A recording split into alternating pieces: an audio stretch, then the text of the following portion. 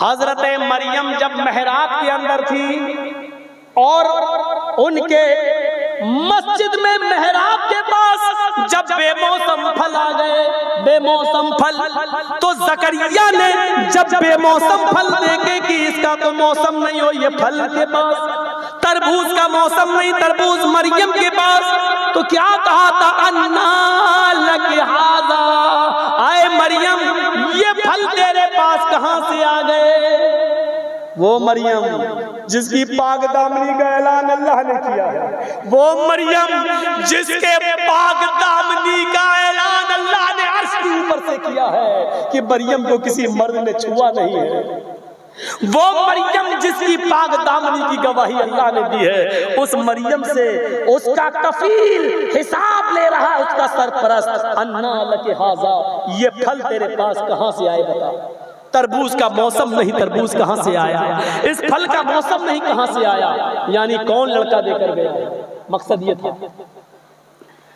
नेक थी, परवरिश बड़े दीनदार तरीके से हुई थी, इसलिए जवाब भी बड़ा दीनदाराना देती है। क्या कहती है, काल हुआ मेरे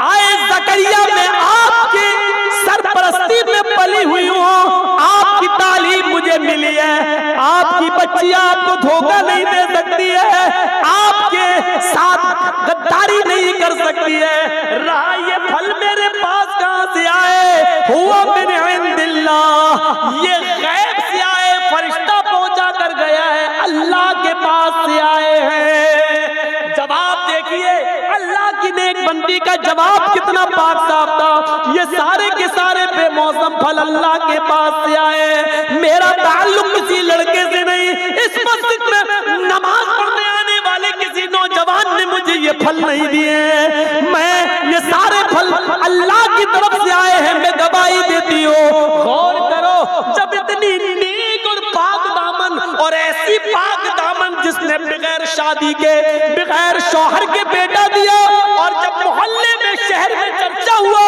कि देखो मरियम ने नाजायज औलाद पैदा की है, तो अल्लाह ने जिब्रील को भेजकर उसकी पाक दामनी का ऐलान किया कि मरियम गलत नहीं है, उनको किसी मर्द ने छुआ नहीं है, उनको तो फरिश्ते ने उनके पेट में हाथ लगाया और छुआ, और फिर बेटा हो गया, उसमें रूह डाली गई है। मरियम को हमने बगैर शौहर के बेटा दिया है। जिसकी पाक दामनी का ऐलान अल्लाह ने किया, उससे हिसाब लिया जा सकता है, आपकी बेटियों से हिसाब क्यों नहीं लिया जा सकता है, हमारी बहनों से हिसाब क्यों नहीं लिया जा सकता है। मुझे बताओ रीजन क्या है, आप अपनी बहनों पर, अपनी बेटियों पर आंख बंद करके भरोसा कैसे कर लेते हो। जिसकी बेटियां रात की तारीकी में व्हाट्सएप चलाएं, फेसबुक चलाएं, मैसेंजर चलाएं, उन लोगों को अब ये तसव्वुर जहन से निकाल देना चाहिए कि मेरी बेटी कभी किसी गैर मुस्लिम के साथ नहीं भागेगी, फरार नहीं होगी। महाराष्ट्र की कोर्ट, हरियाणा और राजस्थान की कोर्ट भरी पड़ी है, इन लड़कियों ने, मुस्लिम लड़कियों ने एप्लीकेशनें दे रखी हैं कि मैं फला फला गैर मुस्लिम लड़कों के साथ अपनी मर्जी से शादी करना चाहती हैं। हो सकता है कि जब मैं शादी करूं तो मेरे माँ बाप रोड़ा अटकाए, रुकावट बने, लिहाजा मैं पहले से एप्लीकेशन दे रही हूं कि मैं उस गैर मुस्लिम लड़के के साथ शादी अपनी मर्जी से करने के लिए तैयार हूं। ये नतीजा है इसी मोबाइल का, ये नतीजा है इसी व्हाट्सएप चलाने का, ये नतीजा यही मैसेंजर और फेसबुक चलाने का। जब हमने इतनी आजादी दे दी है तो ये दिन हमें देखना पड़ेंगे, ये दिन हमें देखना पड़ेंगे। ये सारी प्लानिंग हो चुकी है। मुस्लिम लड़कियों को ज्यादा से ज्यादा स्कूलों में वैकेंसी दो, नौकरियों में वैकेंसी दो, और लड़कों को आजादी दे दो कि इन मुस्लिम लड़कियों से प्यार करें, इनको प्यार के चंगुल में फांसें और कोर्ट मैरिज करके शादी करके अपने घर लाएं, एक दो बच्चे पैदा करके बच्चों को अपने पास रख के इन औरतों को छोड़ दें, इनको छोड़ दें। कितनी ऐसी लड़कियां हैं जिन्होंने थानों में एप्लीकेशन दी है, अब मैं न घर की रही न ससुराल की रही, 2 बच्चे पैदा करने के बाद मेरे पति ने मुझे छोड़ दिया है। मेरे बाप हमें एक्सेप्ट नहीं कर सकते हैं, क्योंकि वो हम उनसे नाराज होकर, तो हमने उनको नाराज करके तो हमने इससे शादी की थी, अब हम कहाँ जाएं। लेकिन उनकी किसी ने नहीं सुनी और मजबूर होकर वो दिल्ली के जीबी रोड और बंबई के कबाडीपुरा में जाकर उन्होंने अपने जिस्म का सौदा कर दिया, अपने आप को बेच दिया। आज वो मुस्लिम लड़कियां जो गैर मुस्लिमों ने छोड़ दिया है, जिनको आज वो अपने जिस्मों का धंधा कर रही हैं, क्या ये दिन अपनी बहनों बेटियों से देखना गवारा करोगे? क्या इस दिन के लिए तुम जिंदा रहना पसंद करोगे? इसलिए एक्शन लो, और जो चीजें हमारी बहनों बेटियों को वहां तक पहुंचाने की जिम्मेदार हैं, उनको पहले छीन लो, उनसे छीन लो और उनको इन चीजों से दूर करो। कितनी नौटंकी हो रही है। अब पढ़ाई भी ऑनलाइन होगी, आप दोगे मोबाइल,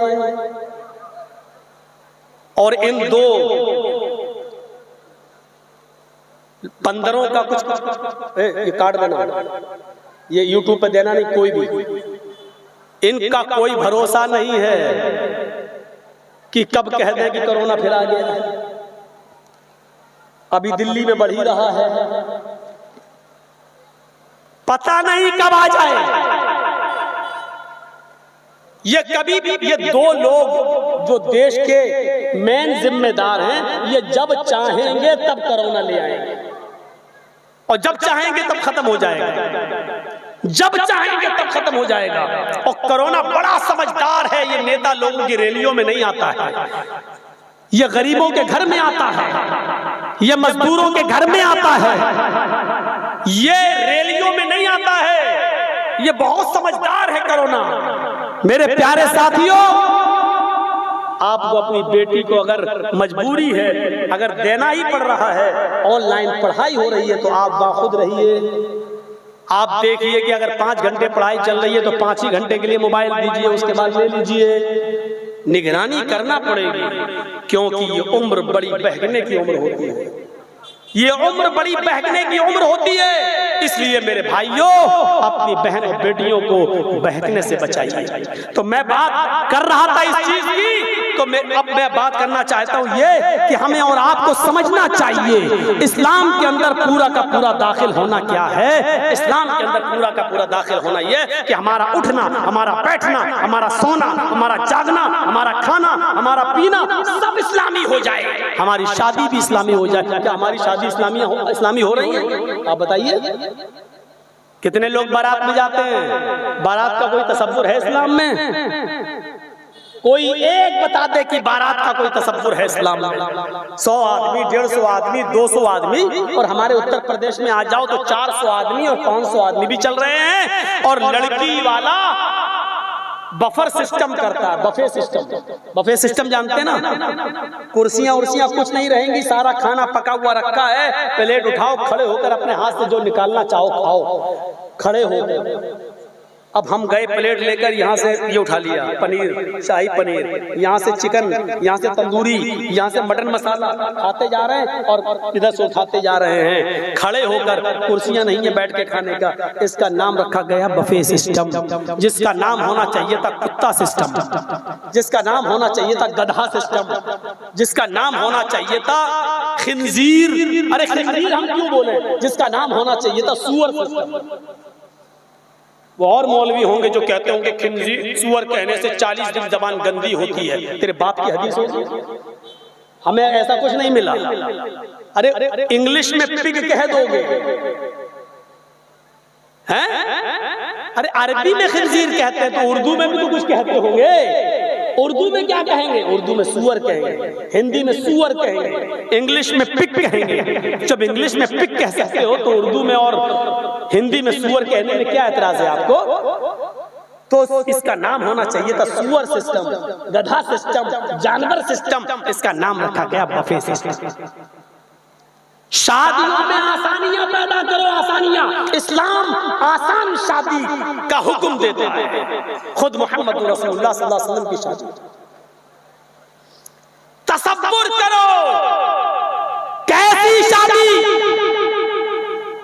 एक औरत अल्लाह के नबी के पास आई और कहती इन्नी अहबुलक, अल्लाह के रसूल मैं आपको आपके लिए हिबा कर रही हूँ, मैं अपनी शादी आपके साथ करना चाहती हूँ। आपने कुछ नहीं कहा, उसने दोबारा कहा, आपने कुछ नहीं कहा। बुखारी किताब निकाह के अल्फाज आपने तीसरी बार कहा, उसने कुछ नहीं, आपने जवाब दिया कि मैं शादी नहीं कर सकता। एक सहाबी बैठे थे, कहने लगे अल्लाह के नबी जवाब देना हो दीजिए उसको, बार बार कह रही है। आपने कहा मैं नहीं कर सकता, मुझे जितना करना थी कर ली, अब मैं नहीं कर सकता। तो सहाबी ने कहा अल्लाह के रसूल अगर आप नहीं कर सकते तो मेरे साथ करा दीजिए। क्या सादगी थी। आपने कहा तुम करोगे इससे? उस औरत से पूछा तुम करोगी इससे? उसने कहा अगर आप नहीं कर रहे हैं तो मैं ऐसे कर लूंगी। आपने कहा उस सहाबी से बताओ महर क्या दोगे, महर क्या दोगे, क्या है तुम्हारे पास देने को? उसने कहा वो कुछ नहीं है मेरे पास। आपने कहा जाओ घर में तलाश करो, कुछ मिल जाए। घर में गए, वो तलाश किया, कुछ नहीं मिला। आए अल्लाह के नबी माँ वजदतु शैयन, मैंने घर में कुछ नहीं पाया। अल्लाह के नबी ने फरमाया कि दोबारा जाओ, इल्तमिस खातमम मिनल हदीद, लोहे की अंगूठी मिल जाए तो वही ले आओ। वो गए, लोहे की अंगूठी भी उनको नहीं मिली। वो आए वापस, कहा अल्लाह के नबी माँ वजदतु खातमम मिनल हदीद, लोहे की अंगूठी भी मुझे नहीं मिली। अल्लाह के नबी ने फरमाया फिर कैसे निकाह करोगे, ये महर देने के लिए कुछ नहीं है? अरे कुछ तो होगा तुम्हारे पास। उसने गौर किया, कहा हाँ एक चीज है मेरे पास। का क्या? का एक लुंगी है। इंदी इज़ारुन या रसूल अल्लाह, एक लुंगी है मेरे पास। अल्लाह के नबी ने फरमाया एक लुंगी है? कहाँ? ठीक है वही दे दो। कहा अल्लाह के रसूल अगर वो इसको दे दूंगा तो मैं क्या पहनूंगा? कहा वही एक है। कहाँ? एक्स्ट्रा नहीं है? कहा नहीं। तो तुम इसको दे दो। कहा इसको दे दूंगा तो रात में क्या पहन के सोऊंगा? तो फिर तुम क्यों कह रहे हो एक लुंगी है, इसको कुछ दोगे? कहा अल्लाह के रसूल ऐसा करते हैं, इस लुंगी के दो टुकड़े कर देता हूँ, आधी इसको दे देता हूँ, आधा मैं अपने पास रख लेता हूँ। आपने कहा आधी उसके किस काम में आएगी? और जब आधी तेरे पास रहेगी तो तू भी नहीं पहन पाएगा, तेरे किस काम में रहेगी? देना तो पूरी दो। बोलता पूरी तो नहीं दे पाऊंगा। जाने लगा। आपने कहा कहाँ जा रहे हो? उसने कहा जब कुछ है ही नहीं तो खेती बाड़ी करूँ, जाऊँ काम करूंगा और क्या करूंगा, जब कुछ है ही नहीं मेहर देने के लिए। अल्लाह के नबी ने फरमाया अगर तेरे लिए मेरी शरीयत में अगर रास्ता नहीं निकलेगा तो कहाँ रास्ता निकलेगा? फिर कौन तेरे लिए रास्ता निकालेगा? इधर बैठ गया। कहा ये बताओ तुम्हें कुरान कितना याद है? पूछा बता तुझे कुरान कितना याद है? उसने कहा अल्लाह के नबी सूरह मुल्क याद है, सूरह हाक़ा याद है, सूरह नबा याद है, सूरह क़यामा याद है, सूरह दहर याद है। आपने कहा इतनी सूरतें याद हैं? सोना नहीं है, चांदी नहीं है, कपड़ा नहीं है, अंगूठी नहीं है, उसके पास दौलत नहीं है, लेकिन पूछा कुरान कितना याद है? तो झट से जवाब दे दिया सूरह नबा याद, सूरह मुल्क याद, सूरह हाक़ा याद, सूरह दहर याद, सूरह क़यामा याद। अल्लाह के नबी ने कहा ये सूरतें याद है? कहा हाँ याद है। फरमाया क्या तू अपनी होने वाली बीवी को ये सूरतें सिखा देगा? क्या ये याद करा देगा? कहा हाँ याद करा दूंगा। आपने कहा औरत तेरे होने वाले शौहर के पास कुछ नहीं है, मैंने देख लिया है उसको हर तरीके से।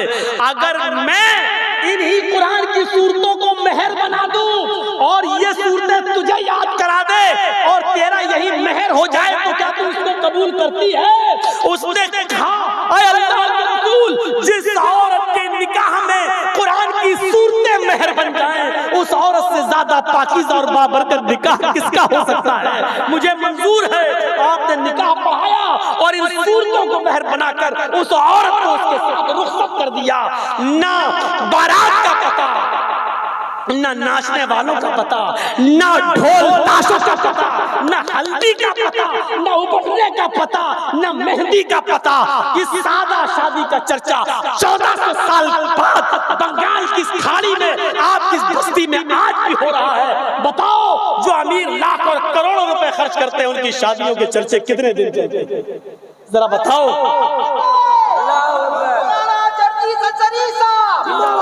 ये इस्लाम का मिजाज है। इसीलिए कहा शादी को आसान कर दो, इतना आसान कर दो कि जिनाकारी मुश्किल हो जाए। आज लड़का जिना करना आसान समझ लेता है लेकिन निकाह करना मुश्किल। इतने सूट हो, इतना सोना हो, इतनी चांदी हो, इतने जोड़े हो, इतनी चप्पल, इतने जूते, तब जाकर शादी होगी, इतना मुश्किल बना दिया है। शादी को आसान कर दो। जय मदरसा की कमेटी बन जाती है, मस्जिद की कमेटी बन जाती है।